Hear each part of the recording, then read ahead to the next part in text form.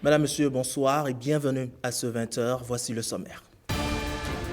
Ils ont depuis dicté le tempo et aujourd'hui la CEDEAO exécute la danse. Le Mali, le Burkina Faso et le Niger ne seront plus membres de l'organisation ouest-africaine.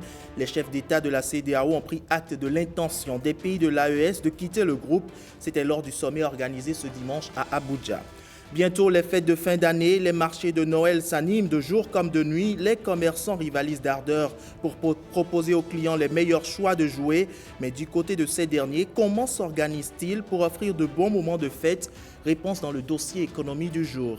Moments de fête, s'il faut les avoir tout aussi bons, c'est aussi avec une bonne alimentation. Attention aux produits avariés, c'est la période de déversement sur le marché des produits alimentaires périmés. Mais la direction départementale de l'industrie et du commerce du Borgo-Alibori veille au grain. Bienvenue à toutes et à tous. Démarrons tout de suite avec les échos de la principale décision politique du sommet de la CEDEAO qui a pris fin hier soir à Abuja. Elle était très attendue. La réponse des dirigeants de l'organisation ouest-africaine à la position séparatiste des trois pays de l'AES.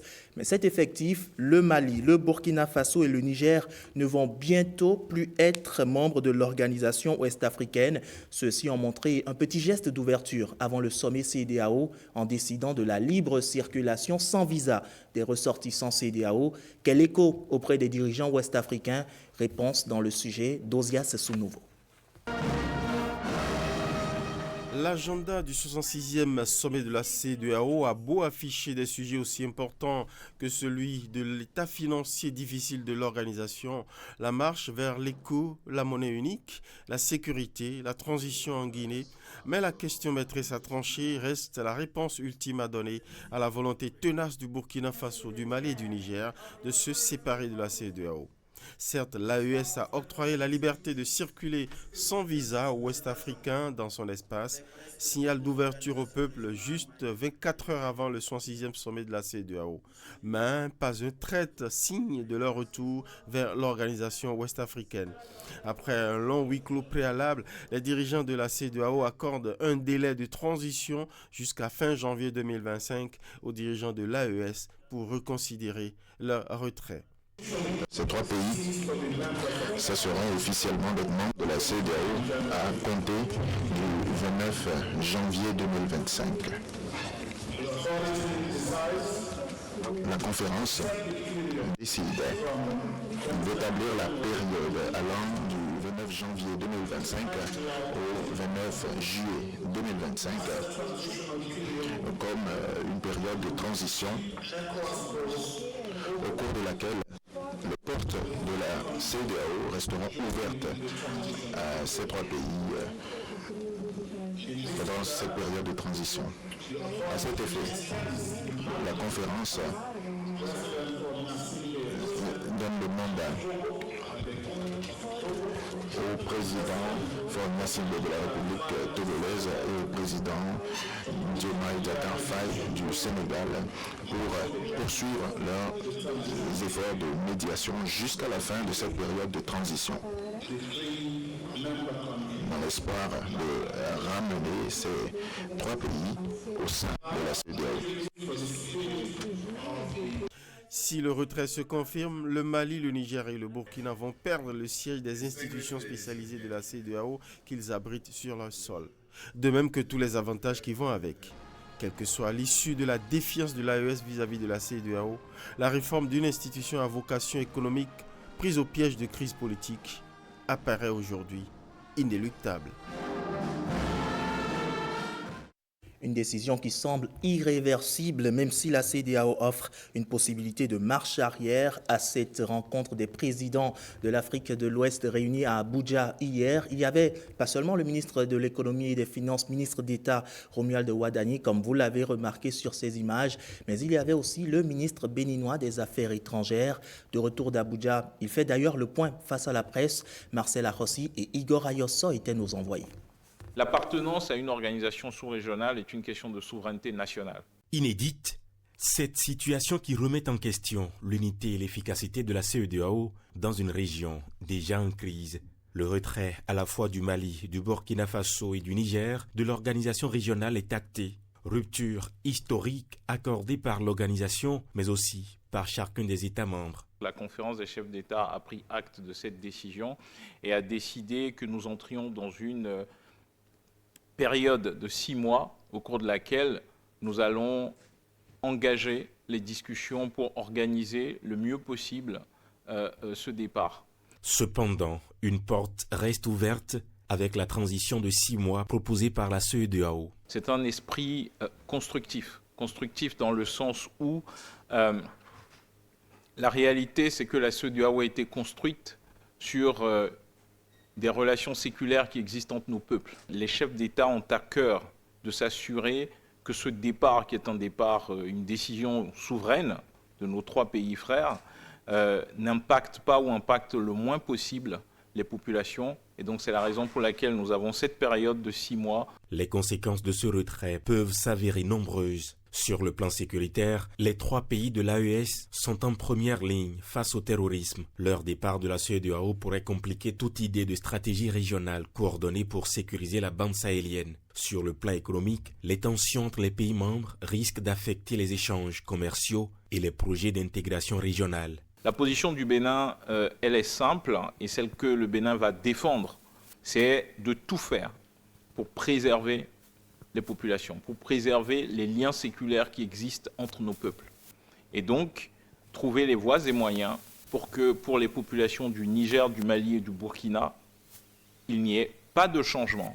La CEDEAO saura-t-elle se réinventer ou risque-t-elle de se fragmenter davantage? Les prochains mois seront cruciaux. Elle est la forteresse imprenable au cœur des collines de la Liborie. Elle, c'est Gogounou, commune située à plus de 600 km de Cotonou. Et bien dans cette ville, vous allez le voir, des filières phares comme le coton, le maïs, l'anacarde ou encore le riz ont connu une hausse de leur production ces dernières années. Au détour d'une tournée nationale initiée par la Chambre nationale d'agriculture du Bénin, eh bien les acteurs agricoles de Gogounou font le bilan des campagnes dans les zones de production. Certains ont livré leurs impressions au micro de Renaud Akapo et Wenceslas Arroignement. 2016, le coton de Gogounou ne dépassait pas 25 000 tonnes. Maintenant, on est au-delà de 40 000 tonnes. Vous-même, vous voyez, le maïs, le partenariat avec PAM, tout le monde se donne parce qu'il y a le marché. Le partenariat avec le PAM pour les cantines scolaires, plus de 2000 tonnes de maïs blanc livrés en 2022-2023. Il y a les dons des équipements, la subvention des intrants, engrais et semences. Il y a les plans subventionnés des anacardes et des mangues. Le riz, pareil. La mangue, pareil. Tout est amélioré. Comme PTSI, on souhaite le renforcement de la collaboration entre les OPA, la cellule communale, Sodico et la mairie. Par rapport au changement que nous on a observé ici d'abord, il y a le tracé des couloirs de passage. Il y a aussi les installations des aires de pâturage et l'aménagement des barrages. Il y a aussi l'installation de la ferme pilote à Dougoulaye, dans la commune de Gogounou. Donc il y a de ces changements-là. Par rapport aux subventions que le gouvernement donne aux petits élèves, ça a aidé les éleveurs parce qu'il y a des éleveurs qui ne voulaient pas rester sur place pour mettre ses enfants à l'école. Ça a permis à d'autres éleveurs de mettre ses enfants à l'école parce qu'ils savent qu'ils vont bénéficier des subventions du gouvernement.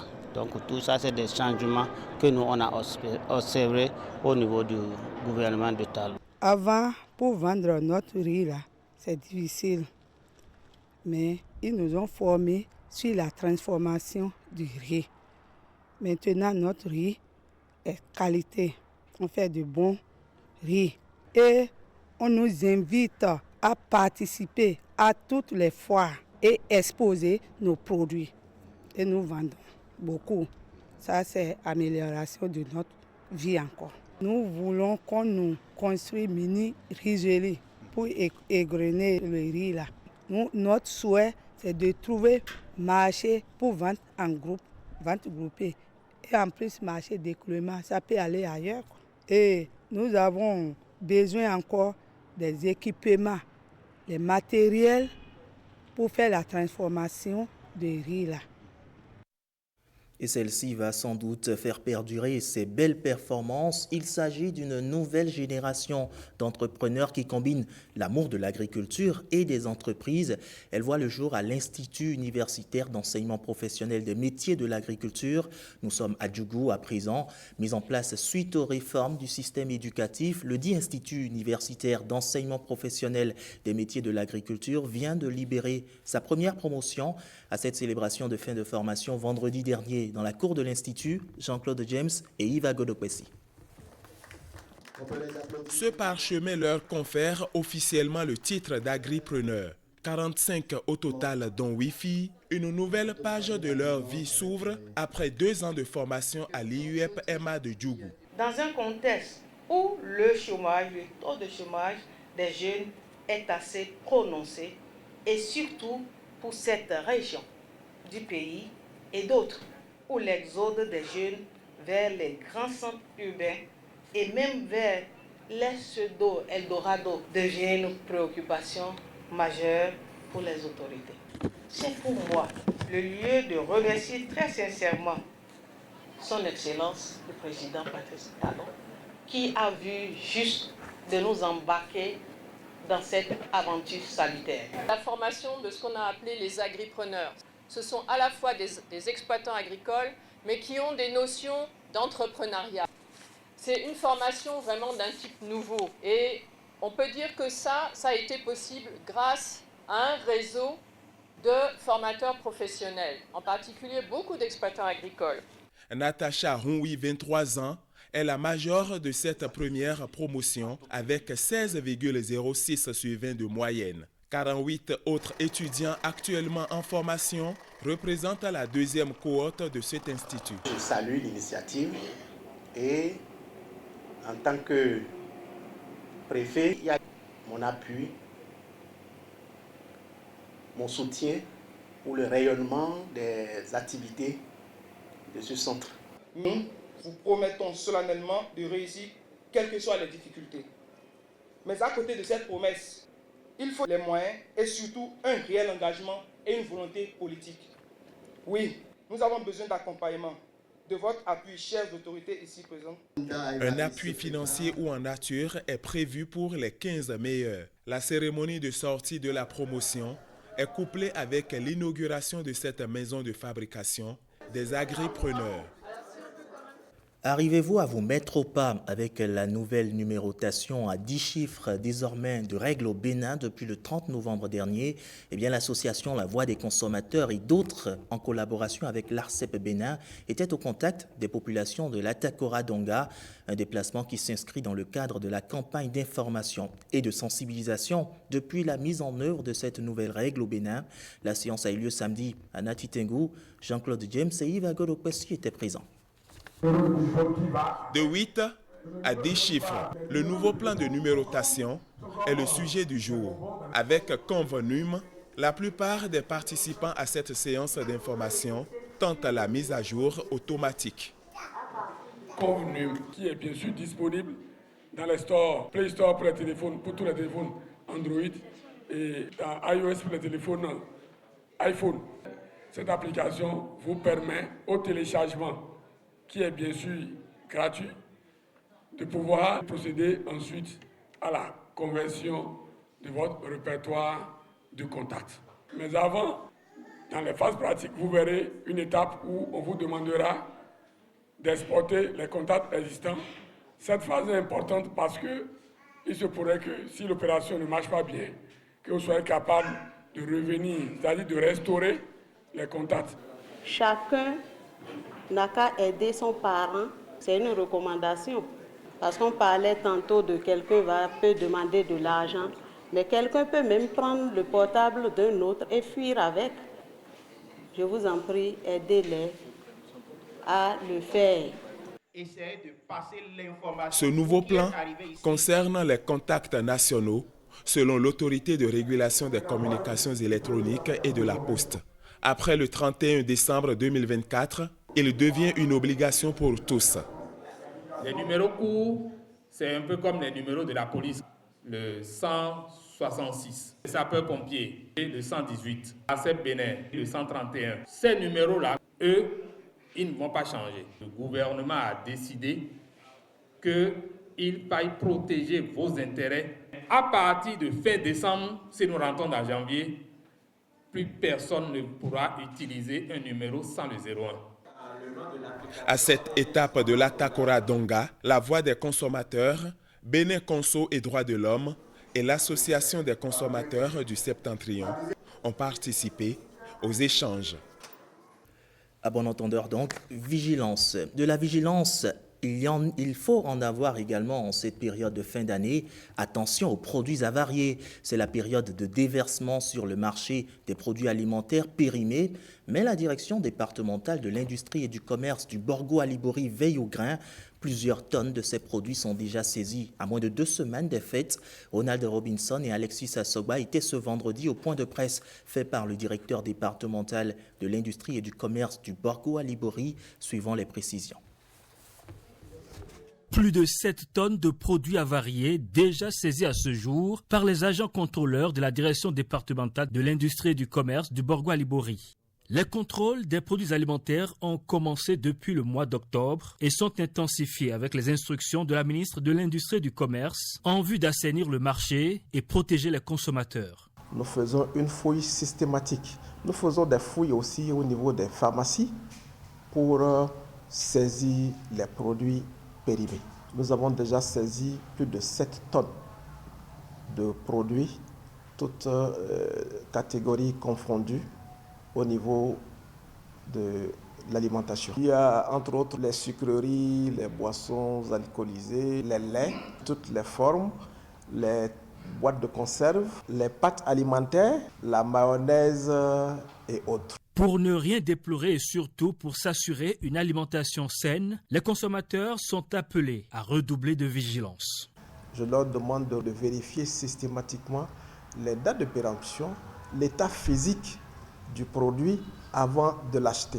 Il y en a qui vendent des produits dont la date de péremption est échue, ils la falsifient et ils vendent. La date de péremption peut ne pas être échue, mais à cause d'une mauvaise conservation, le produit peut être avarié et impropre à la consommation. Tolérance zéro aux vendeurs et autres trafiquants pris avec des produits avariés ou contrefaits. Ils subiront de lourdes sanctions et ils seront poursuivis selon les actes qu'ils auront posés.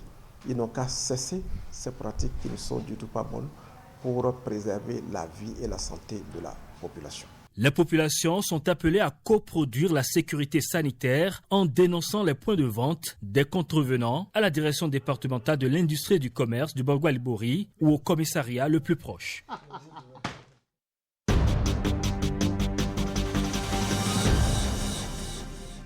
Je l'annonçais tantôt en titre, bientôt les fêtes de fin d'année, sinon qu'elles sont déjà là. Les marchés de Noël s'animent de jour comme de nuit et les commerçants rivalisent d'ardeur pour proposer aux clients les meilleurs choix de jouets. Mais une question demeure du côté des parents, comment s'organiser pour offrir de bons moments de fête à ses enfants conformément à son budget. Le dossier économie de ce lundi se penche sur la question. Il est signé Ramatou Lawani, Igor Ayosso et Ariane Da Silva. Cotonou à quelques jours de Noël. Les stands de vente de jouets sont installés un peu partout avec une large gamme de choix.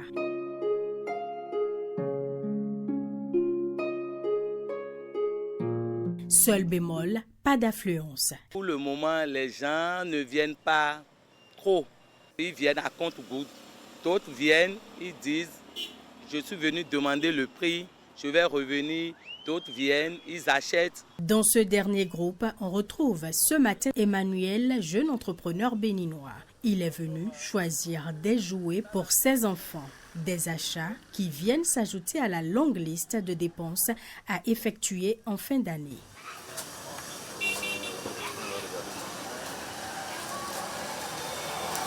Ça, c'est les games pour enfants.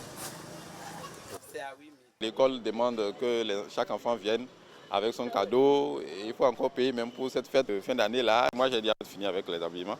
L'habillement, toute la famille, on est quand même dans la cinquantaine. Hein. On n'est pas encore une grande famille. Moi je concentre personnellement beaucoup plus mes efforts sur ces 2 mois, d'octobre, novembre, pour préparer les fêtes de fin d'année. D'autres parents encore ont plus d'un tour dans leur sac. Il y a quelques tontines que je réserve particulièrement pour ce mois-là. C'est une habitude que je me suis donnée depuis quelques années. Donc pour m'aider à passer sans trop de difficultés cette période-là. Les options de tontine ne sont pas de mauvaises options à partir de l'instant où ça reste dans un cadre bien organisé, bien structuré. Ce que je préconise, c'est toujours de planifier déjà depuis janvier. Parce que même si on doit regarder la situation financière de chaque personne, je pense que si on commence très tôt, ça diminue le stress. On ne doit pas servir l'argent, c'est le contraire. Donc, qu'est-ce que je peux faire en fonction de ma situation actuelle pour ne pas être stressé par l'argent? Des astuces pour passer de bons moments de réjouissance et qui prennent en compte, pour certains, l'aspect solidaire des fêtes. Il y a beaucoup de familles, il y a beaucoup d'enfants. Les parents n'ont pas les moyens d'acheter même un petit jouet de 500. Mais il y a les gens qui ont les moyens, on les exhorte à sortir, à faire cette charité. Un geste simple mais puissant dans lequel pourrait résider la magie des fêtes.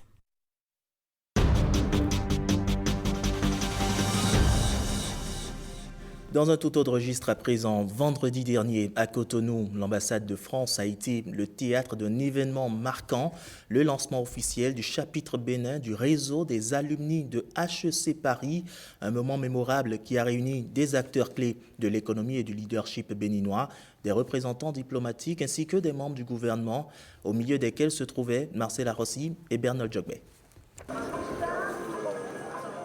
Moment historique pour les diplômés béninois de la prestigieuse école HEC Paris. Le lancement du chapitre béninois des alumni de HEC Paris a réuni à Cotonou des membres du gouvernement, des chefs d'entreprise et des cadres du secteur privé venus témoigner de leur soutien à cette initiative. Le réseau des alumni HEC au Bénin est avant tout un réseau d'opportunités où les étudiants béninois pourront trouver des conseils et des soutiens pour nourrir leurs projets professionnels.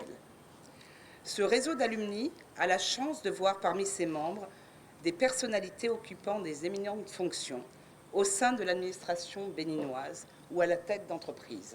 Ce réseau est également une chance pour les entreprises françaises que j'encourage à nouer de nouveaux partenariats d'affaires et à mener des réflexions communes.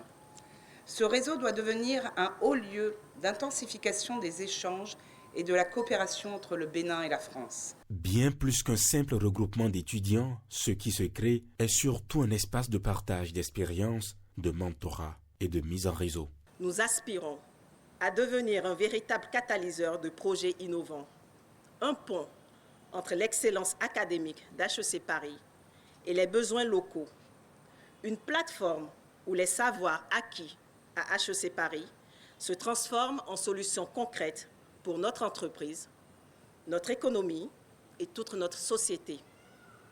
Chacun de nous ici présents sait que le Bénin est un pays en pleine transformation, porté par une vision ambitieuse et des réformes structurelles majeures dans tous les domaines de développement. La soirée s'est conclue sur un cocktail où les discussions se sont prolongées dans une ambiance conviviale et constructive.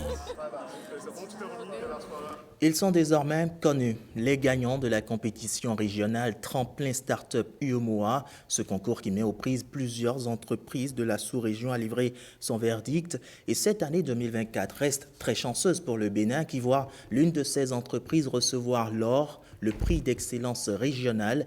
Nos reporters nous dévoilent ici celle qui est l'heureuse gagnante après avoir assisté à la cérémonie de remise de prix le 13 décembre dernier à la CCI Bénin. Son visage est illuminé de joie, son sourire empreint de remerciements pour des mains lourdes d'un chèque de 8 chiffres. Pamela Nze Aseko reçoit le 3e prix d'excellence régionale or pour son entreprise, la maison Funke. Lorsque j'ai démarré Funke il y a 4 ans, tout ce que je voulais, c'était de mettre en avant le pain tissé béninois, le Kanvan. Et aujourd'hui, je suis fière du chemin que nous avons parcouru. Une belle arrivée malgré une route longue. C'est la première fois que le Bénin reçoit un prix d'excellence en 3 éditions de cette initiative Tremplin Startup UEMOA. À cette dernière édition, 7 autres prix et primes sont décernés à des entreprises évoluant dans des secteurs relatifs aux thèmes retenus, marketing digital et créatif au service des industries culturelles et créatives. Le thème retenu cette année revêt une importance capitale pour l'avenir économique de nos pays. Il témoigne de l'engagement de notre communauté dans l'adoption de nouvelles approches pour valoriser et moderniser nos secteurs culturels grâce aux outils numériques. Nous avons décidé de baser notre développement sur les startups et sur le numérique. Et à côté de ça, nous encourageons le tourisme et l'économie culturelle. L'UEMOA, donc, en partenariat avec la Chambre consulaire régionale CCR UEMOA, a mis en place le concours Tremplin Startup UEMOA dans le but de soutenir l'émergence des champions nationaux et régionaux au sein de notre secteur privé communautaire. Cette année, le Bénin est derrière la Côte d'Ivoire et le Burkina Faso. La Chambre de commerce et d'industrie du Bénin, en sa qualité de centre de service de référence du Bénin, sera à vos côtés pour vous accompagner dans cette progression. En attendant, la CEO de Maison Funke célèbre cette victoire avec ses fans sur ses canaux digitaux, une preuve de son excellence qu'elle n'est pas prête à perdre. Et d'une soirée de distinction à une autre, voyons à présent celle de distinction des acteurs et entreprises qui œuvrent pour le développement du numérique au Bénin. Il s'agit des DSI Awards. Et pour cette édition, eh bien, la SRTB a du sourire puisque Rebecca Kenjan-Houndé remporte le premier prix dans la catégorie leadership féminin grâce à son émission Ultratech qu'elle présente. Retour sur ce moment de distinction avec Benjamin Denagnon et Blaise Adankpo. C'est une récompense en signe de reconnaissance pour la télévision nationale du Bénin. Je dédie ce prix-là à ma rédaction, la rédaction du journal télévisé de la télévision nationale. Rebecca Kenjan-Houndé est lauréate des DSI Awards catégorie leadership féminin 2024. L'émission Ultratech de la jeune femme journaliste en direct sur la télévision nationale chaque mercredi à partir de 21h depuis 2021 a été le choix du jury pour l'édition de cette année. Une décision qui a de quoi réjouir la gagnante dont le projet s'est distingué. Pour moi, c'est juste une récompense pour me dire, continue, pas bosser encore davantage, pas faire davantage d'efforts. Et je promets de ne pas décevoir toutes ces personnes-là qui croient en moi, toutes ces personnes d'ailleurs qui ont voté pour moi lors de ces DSI Awards, toutes ces personnes qui, au quotidien, à chaque fois qu'on les contacte pour nous parler de leur start-up, acceptent de nous accorder leur interview. Les DSI Awards mettent en lumière les meilleurs directeurs du système d'information, les acteurs de l'écosystème numérique et les entreprises qui ont marqué de leur empreinte la transformation digitale au Bénin. Ils sont une occasion unique de célébrer les réussites, de découvrir les dernières tendances et de réseauter avec les acteurs clés du secteur numérique. Je voudrais vous dire, chers candidats, chers lauréats, vous avez donné le meilleur de vous-même. Vous avez tant débattu pour présenter et défendre vos projets devant ce jury composé d'éminentes personnalités et sachants du numérique. On a sorti du lot 16 des candidats qui restaient et nous avons également noté enfin le pitch. Outre Rebecca Kenjan-Houndé dans la catégorie leadership féminin, plusieurs autres acteurs ont été lauréats au cours de cette soirée de récompense des DSI Awards 2024.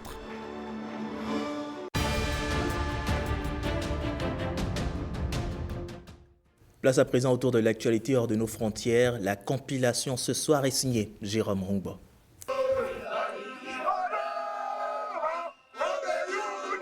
Annonce de grève d'envergure au Kenya. Quelques dizaines de médecins manifestent à Nairobi. Ils entendent accentuer la pression sur le gouvernement afin d'améliorer leurs conditions de travail. Le syndicat des médecins hospitaliers à l'origine de ce mouvement demande aux autorités de respecter un accord de reprise de travail signé en mai dernier.